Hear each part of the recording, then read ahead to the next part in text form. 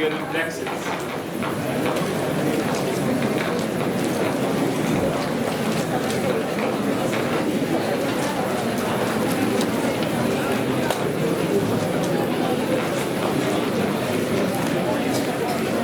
So now, after studying the 5 muscles of the pectoral region, we are crazy about their nerve supply and blood supply. We have done the origin, insertion and action of these 5 muscles. Now next part we have to finish with the nerve supply, as we have already done the thorax. And we have done the intercostal spaces. All the intercostal spaces are supplied by the 12 pairs of the spinal nerves, which are called intercostal, from T1 to T12. Actually, these intercostal nerves, they are the 12 branches of the spinal cord. As you know, brain is attached with the 12 pairs of the cranial nerves. Similarly, the spinal cord, which is also the part of the CNS or central nervous system, lying in the center of the body, made for the supply of skeletal muscles of the body. So out of 31 pairs of the spinal nerves, 8 are cervical, 12 are thoracic, 5 are lumbar, 5 are, and 1 or 2 is coccygeal. So out of these 31 pairs of the spinal nerves, we have done and completed the 12 pairs of the thoracic part of the spinal nerve. Now we are eager to know that which nerve or which spinal nerve will come to supply the about 52 muscles of the upper limb. So when we study the nerve supply of these 52 muscles, they are all supplied by the 5 pairs of the spinal nerves. 5 pairs, starting from C5 to T1. C5, C6, C7, C8, and so there are 7 cervical vertebrae, but remember there are 8 cervical spinal nerves. So out of this is the 5 spinal nerves will supply all these 52 muscles. As we have done the pectoral region, the neck region, the shoulder, the arm, the brachium and the antebrachium, the manus is the appendicular skeleton. The lower limb and upper limb, they are called appendicular skeleton. So we have done how the clavicle bone, the pubic bone is present horizontally, medially forming the sternoclavicular joint with the manubrium, sterni, and how the other ribs are attached to it. And below is the coracoid process. Scapula is the lateral border, inferior angle, and the medial border of the scapula. Superior angle, superior border, suprascapular notch, which is converted into a foramen by the presence of a suprascapular ligament. And through this, suprascapular artery passes above and suprascapular nerve passes below the ligament. Then there is the lateral angle of the scapula, which is expanded and named as the glenoid ganglia, to which the head of the humerus attached. The upper end bears the greater tubercle, lesser tubercle, bicipital notch, and 3 necks. One is the anatomical neck, other is the epiphyseal neck, and third one is the surgical neck. The humerus has got 3 necks.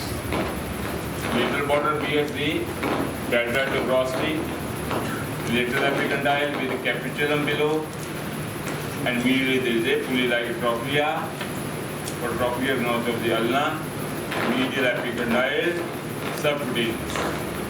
Above the radius, the radial fossa, and this is the ulnar.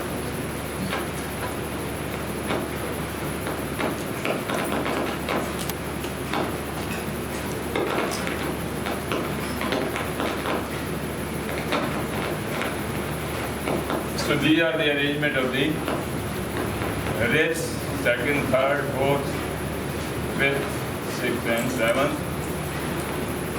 First rib is there already, articulating with the first thoracic vertebra, T1. Above the T1 is the C7 vertebra, C6, C5, C4, and so on. With your transverse processes and muscle attached to them.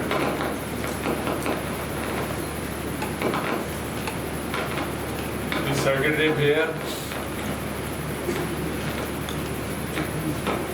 the third rib, the fourth rib, the fifth,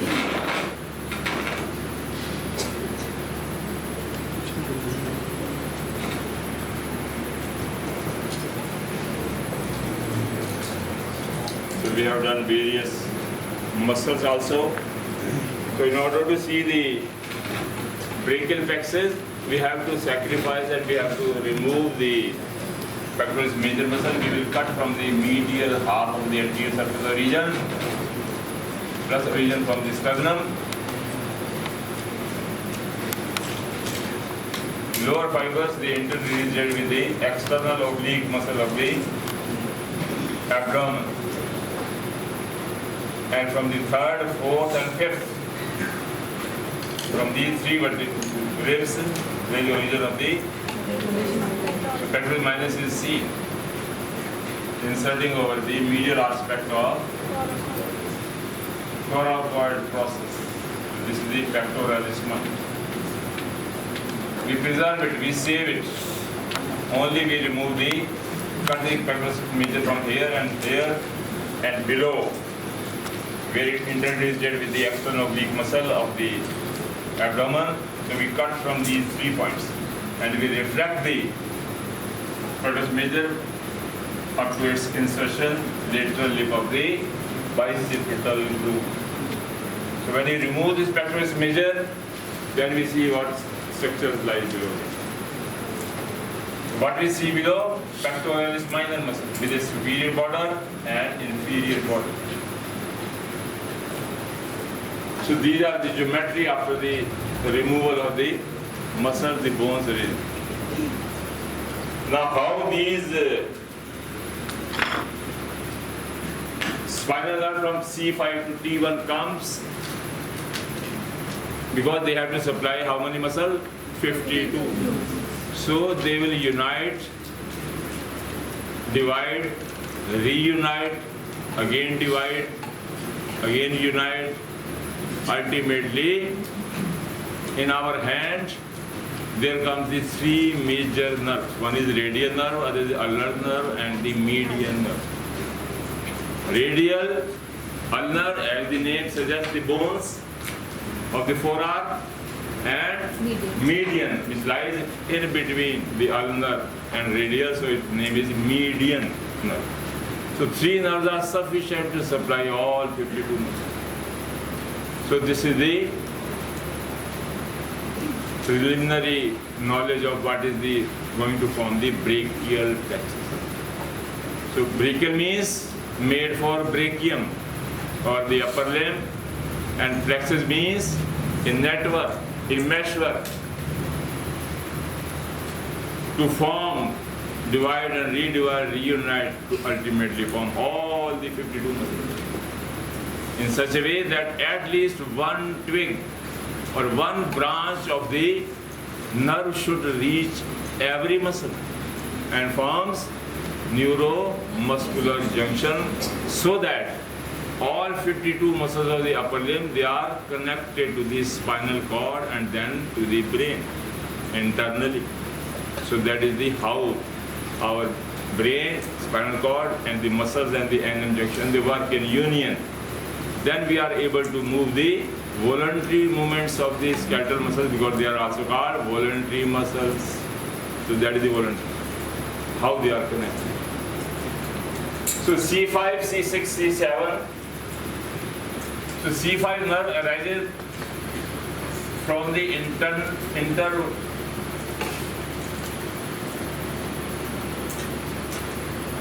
intervertebral foramen between the C4 and C5. And then subsequently C6, C7, C8, and T1. We know T1 arises from the lower part of the T1 and it touches the superior surface of first rib. Superior surface of the first rib. As you remember the Venn relation, anterior groove is for the subclavian vein, posterior groove is for the subclavian, and posteriorly the T1 nerve. So V-A-N. So Venn relation you have to remember. So Venn relation is also present in the costal groove. Venn relation is also present on the superior surface of the earth. How to remember lifelong Venn relation. It will come so many times in other parts of these bodies also. So this is the C. We have already done the first one. Now these C5, C6, C7, C8 and T nerves, they are like the 5 branches, 5 fingers, and how they will descend from the neck to the shoulder. It passes below the clavicle, below the pectoris minor, and then they enter into the axilla, that is the armpit, and then they enter into the arm, forearm. So this is the journey. That is called the course of the brachial plexus. So it is stepwise. So it is very important. So the brachial plexus is the base of the upper limb. If you do not know the brachial plexus, how to draw it, and how all the nerves are derived with their root values, is very, very important. Every branch has got a root value, and you have to remember the root value, because this is asked in the Viva as well as you have to write in the written also. So C5 nerve and C6, they make a friendship. They unite. These are, when they arise from the spinal cord, they are called the roots. So all C5 to T1, they are called the roots of this ventral rami of the spinal nerve. Similarly, C8 and T1, they are also making unity and become friends, and they unite together.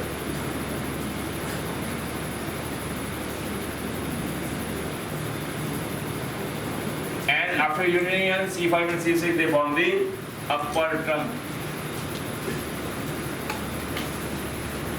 The C8 and T1 unite to form lower trunk. But C1 she is so alone, no companion, so she remains solitary. So C1 root remains ununited, single. So there are now 3 trunks: upper trunk, middle trunk, and lower trunk. Now every trunk will divide into 2 divisions. One is called the anterior division and posterior division. I am making dotted line means posterior division. Upper trunk will divide into 2, 2 and 2, all 3. They bifurcate, dichotomous branches. Again, C7 also forms a posterior trunk and a anterior trunk.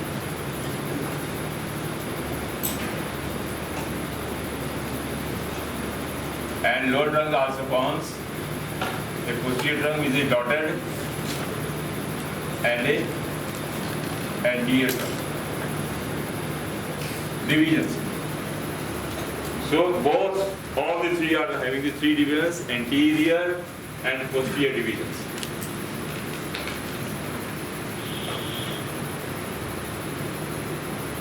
Now next part of the brachial plexus, now they are descending also. As they are dividing and reuniting, they are also descending from the neck, and they are approximating towards the upper limb. See how they are entering and how they are descending. That is important. They are in which relationship. What comes medially, what comes laterally, that is very, very important. Now, all posterior divisions, they will unite. All posterior divisions of the three trunks, they will unite to form the cord. It is called the posterior cord. Because all are the posterior divisions, so all will unite to form the posterior cord.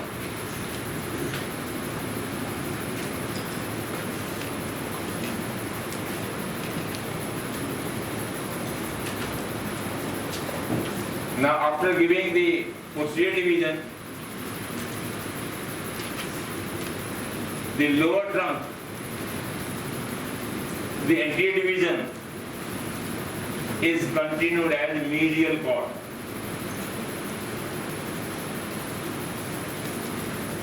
So C8 and T1, after giving the posterior trunk, posterior division, it remains the anterior division.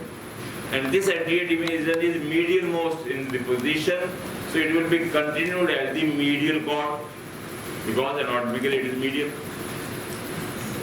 And the anterior division of C5 and C6, they unite to form the lateral cord because they are lateral in position. So we have got three cords in our hand: medial cord, posterior cord, and lateral cord. So now they are descending down. Now clavicle is nearby. So they will all go below the clavicle. The medial cord, the posterior cord, and the lateral cord.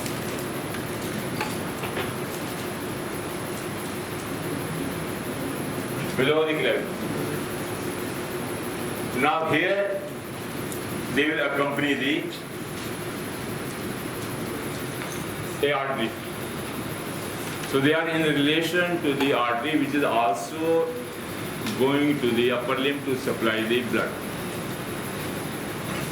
So artery, main artery and the three cords, they are very, very near because the destination of both are same. So as we already know, the first rib is having the skeletal tubercle. Behind it on the superior surface is a groove called subclavian artery. And we have done the thorax, we have done the heart also. And this subclavian artery is the branch of, on right side, brachial plexus artery. Which is right branch of the arc of aorta. And arc of the aorta starts from the sternal angle and arc of the aorta. So it is the right side, the brachiocapitic, but on left side it is directly the left common. And on this there is a left subclavian artery going towards the first rib. So there are the three branches of the aorta we have done with the heart. So this subclavian artery goes laterally above the clavicle, the first rib, and it is continued laterally, and it also passes below the clavicle. Because its name is subclavian. Sub means below, clavian means clavicle. That's why it is named as subclavian. So it is coming down to the clavicle laterally and reaches near the upper border of the or medial border of the pectoralis minor. Because just below the clavicle, we know there is already pectoralis minor, small narrow tendon is there. Origin is from 3, 4 and 5 ribs. Here, this artery, now it is reaching towards the upper limb. Now its name changes. Up to the outer border of the first rib and branch of the brachiocephalic. Up to the outer border, its name is subclavian. From the outer border of the first rib, now its name changes. Now it is made for upper limb, so it is called the axillary artery. Its name changes now. Axillary artery.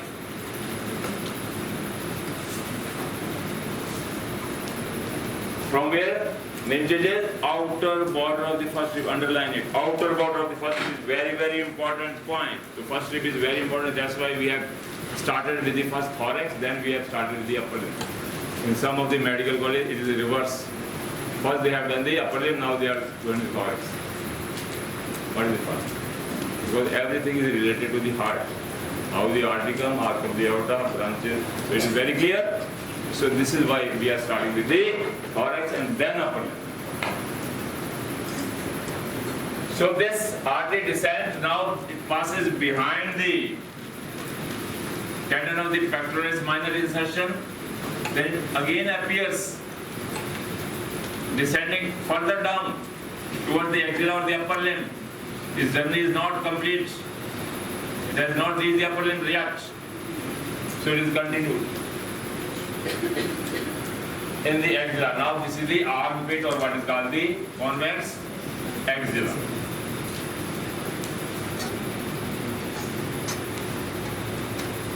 Now as you know, every part of the human body having the same arrangement. This is the skin. So this white line is the skin.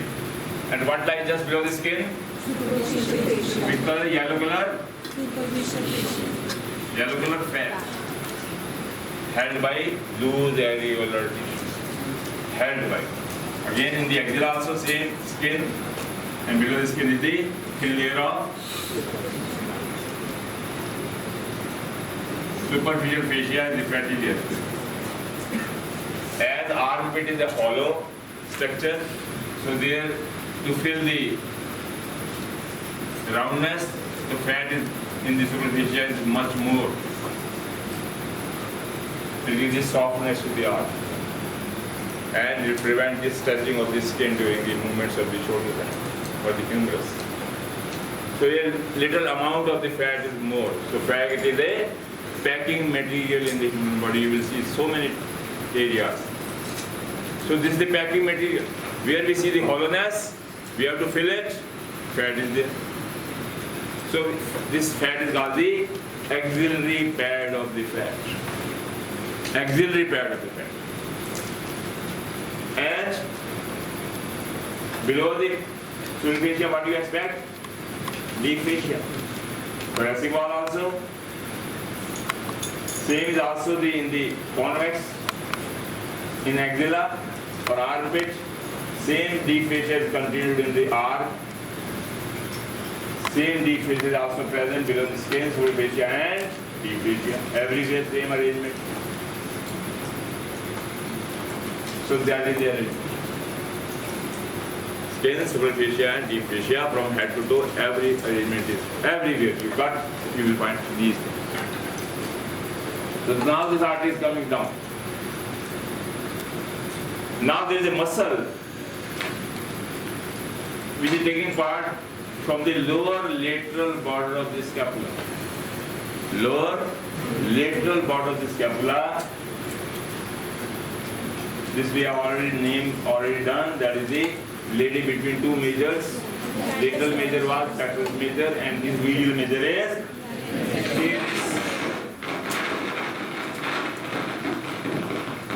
teres major. After taking origin, it is inserted on medial lip of the bilateral. This is teres major.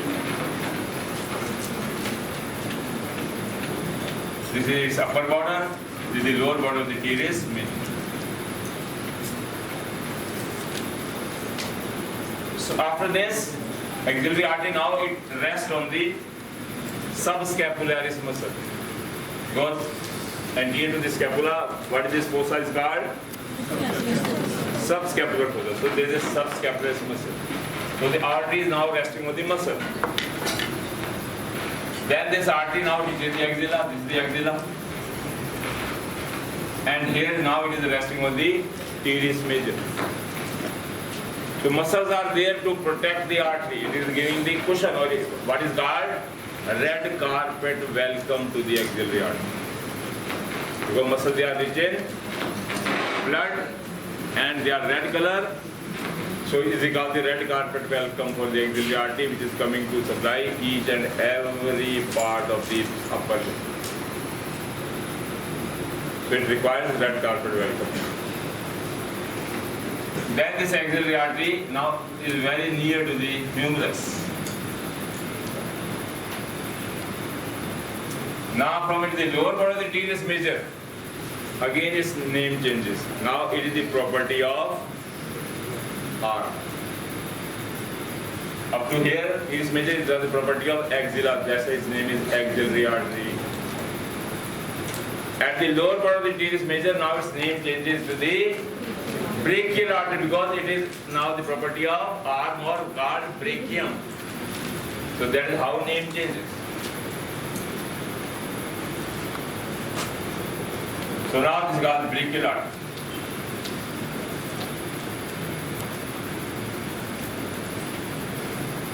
So axillary artery is very long. See the outer part of the first rib and see the lower part of the teres major. So this is the big artery, axillary artery, and blood is flowing very vigorously in it. Like the jata of the Shivji, and the Ganga is coming down. So it is descending like this. Blood is flowing. Because it is a quite big artery. If you see, it is like diameter of your little finger, 2 centimeter diameter. Now this long axillary artery is divided into 3 parts.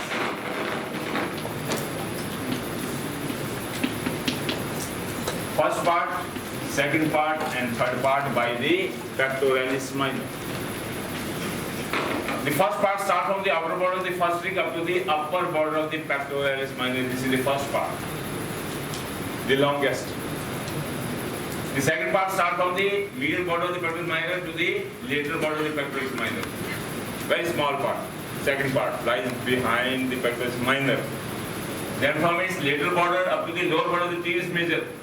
From its name changes to brachial artery. Now it is called the third part of the axillary artery. Now this axillary artery, as it is advancing the different regions of the human body, it is giving branches. And you have to remember the branches of these arteries. So luckily, first part has got 1 branch, second part has got 2 branches, third part has got 3 branches. Easy? So all arteries having same name and same branch. But you have to remember the name. Name of the first part of the first artery is called the superior thoracic artery. Name is telling where it will supply. Superior thoracic artery, the branch here, and this artery will supply the upper part of the thorax or chest, thoracic cage, or upper 2-3 intercostal spaces. Then second part has got 2 branches. One is called thoraco-acromial artery, and second is called the lateral scapular artery.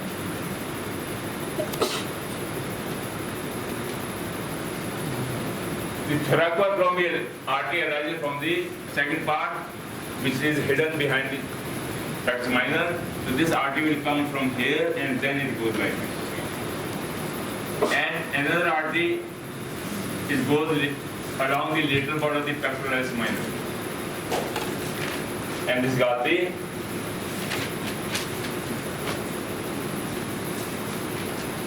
not lateral scapular, lateral thoracic artery. Lateral thoracic artery because it lies along the lateral border of the pectoralis minor, and now it is near the mid-axillary line, so the lateral part of the thorax is supplied. So its name is lateral thoracic artery. Now the thoracoacromial artery, name says thoracoacromial, it will supply the thorax as well as the acromion process, the region towards the scapula. It is further divided into 4 branches. Depending upon where these branches are going, So thoracoacromial one branch is going for the medial part of the clavicle, so it is called clavicular artery.